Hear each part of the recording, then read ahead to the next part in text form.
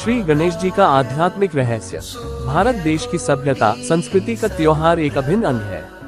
त्योहार हमारे जीवन में विभिन्न प्रकार की खुशियाँ, उमंग, उत्साह लेकर आते हैं। इन्हीं त्योहारों में से एक त्योहार गणेश चतुर्थी है। गणेश जी के पूरे शरीर को, सिर को अलग करके देखेंगे तो मनुष्य का ही शरीर दिखता है, परंतु इस शरीर को हाथी का चेहरा दिया गया है। इसीलिए उन्हें गजधर कहते हैं, जिनमें हाथी के समान अंग दिखाई दिए हैं, आँख, कान, सूंड, दांत आदि।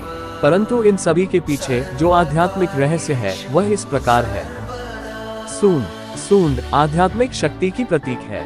हाथी की सूंड इतनी मजबूत और शक्तिशाली होती है कि वह वृक्ष को भी उखाड़कर सूंड में लपेटकर ऊपर उठा लेता है। तो वह एक बुलडोजर और क्रेन दोनों का कार्य एक साथ कर सकता है। साथ ही छोटे छोटे बच्चों को भी प्रणाम करता है, किसी को पुष्प अर्पित करता है, पानी का लोटा चढ़ाकर पूजा करता है, सुई जैसी सूक्ष्म चीज को भी उठा लेता है। ज्ञानवान व्यक्ति भी अपने मूल आदतों को जड़ों से उखाड़कर फेंकने में समर्थ होता है। सूक्ष्म से सूक्ष्म बातों को भी धारण करने के लिए दूसरों को सम्मान, स्नेह और आदर देने में वह कुशल होता है। अपने पुराने संस्कारों को जड़ से पकड़कर निकाल फेंकने के लिए भी हाथी की सूंड जैसी उसमें आध्यात्मिक शक्ति होती है। इस तरह हाथी की सूंड यानी व्यक्तियों की क्षमताओं का प्रतीक है। कर्ण उनके कान पंखे जैसे बड़े बड़े होते हैं। बड़े बड़े खुले कान हमें यह शिक्षा देते हैं कि आवश्यक एवं महत्वपूर्ण बात, चाहे वह स्व के प्रति हो या अन्य के प्रति, से ध्यान से सुने। कान को मुख्य ज्ञानेंद्रिय माना गया है। गुरु भी जब अपने शिष्य को मंत्र देते हैं तो उसके कान में ही उच्चारण करते हैं। भगवान ने जब गीता ज्ञान दिया तो अर्जुन ने कानों के द्वारा ही उसे सुना। अतः बड़े बड़े कान ज्ञान श्रवण के प्रतीक हैं।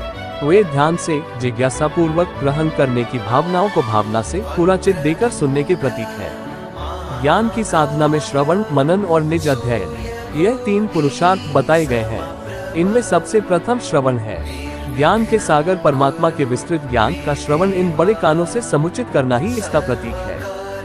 आंखें उनकी आंखें दिव्य दृष्टि वाली होती है। उसे छोटी चीज भी बड़ी दिखाई देती है। यदि उसे छोटी चीज भी दिखाई नहीं देती तो वह सबको अपने पांव के नीचे रौंदता चला जाता। दूसरा, उनकी आंखें छोटी लेकिन दूरदर्शिता का प्रतीक होती है।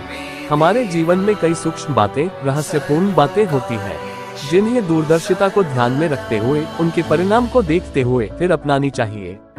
ज्ञानवान व्यक्ति का भी एक गुण होता है, वह छोटों में भी बड़ाई देखता है।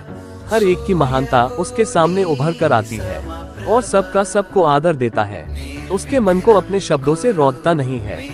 महोदर बोलचाल की भाषा में यह कहा जाता है कि इसका तो पेट बड़ा है। इनको कोई भी बात सुना दी जाए तो वह बाहर नहीं निकलती है। गणेश जी का पेट बहुत बड़ा होता है, जो कि समाने की शक्ति का प्रतीक है। ज्ञानवान व्यक्ति के सामने भी निंदा, स्तुति, जय पराजय, ऊंच नीच की परिस्थितियां आती है, परंतु वह उनको स्वयं में संभाल लेता है।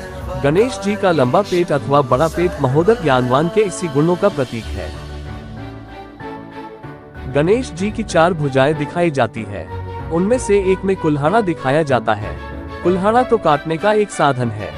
ज्ञानवान व्यक्ति में ममता के बंधन काटने और संस्कारों को जड़ से उखाड़ने की क्षमता होती है। उसी का प्रतीक यह कुल्हाड़ा है।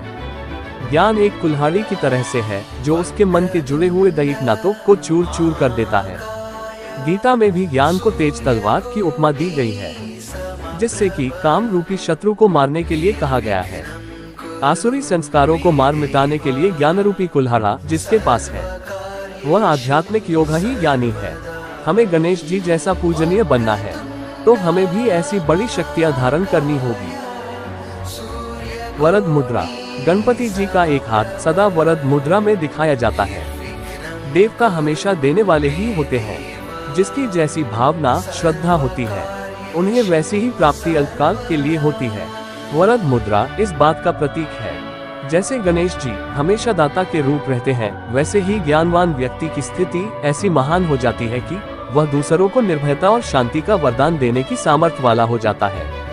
वह अपनी शुभ मनसा से दूसरों को आशीष प्रदान कर सकता है। बंधन माना रस्सी, आत्मा का परमात्मा के साथ नाता जोड़ना भी प्रेम के बंधन में बंधना है। गणपति जी के एक हाथ में जो डोरे बंधन है वह इसी प्रेम की डोरे हैं। वे दिव्य नियमों के शुद्ध बंधन है। ज्ञानी स्वयं इन नियमों के बंधनों में स्वयं को ढालता है। इसका दूसरा भाव है कि आत्मा परलोक या परमधाम से अकेली आती है। जैसे ही वह देह में प्रवेश करती है तो कई संबंधों के बंधनों में बंध जाती है और उनके साथ उसका कर्मों का लेखा जोखा शुरू हो जाता है। ऐसे कई बंधनों में बंधती चली जाती है। इसमें सुख के बंधन कम और दुख के बंधन अधिक होते हैं। इन बंधनों से मुक्त होने के लिए ही आत्मा ईश्वर के पास आती है कि मुक्तिदाता मुझे मुक्त करो। मोदक। मोदक शब्द खुशी प्रदान करने वाली वस्तु का वाचक है। लड्डू बनाने के लिए चनों को पीसना, भीगाना, भूनना पड़ता है, तब कहीं जाकर वह प्रिय पदार्थ बनता है। इसी प्रकार ज्ञानवान व्यक्ति को भी अनेक कठिनाइयों, संकटों, दुश्वारियों इत्यादि में से गुजरना पड़ता है, अर्थात उसे तपस्या करनी पड़ती है, जीते जी मरना होता है और इसी से वह अधिकाधिक मिठास व ज्ञान का रस अपने आप में भरता है। तब वह स्वयं भी सदा खुश रहता है और दूसरों को भी खुशी प्रदान करता है। इस प्रकार हाथ में मोदक का होना ज्ञान निष्ठा, ज्ञान रस से सराबोर स्थिति का प्रतीक है। इसका दूसरा भाव यह है कि हम हमेशा मुख से मीठा बोले, कड़वा न बोले, हर एक को सुख पहुंचाए, ऐसे बोल बोले कि किसी का मान सम्मान और बढ़े। गणपति जी के अलंकारों व प्रतीकों का उल्लेख किया गया है।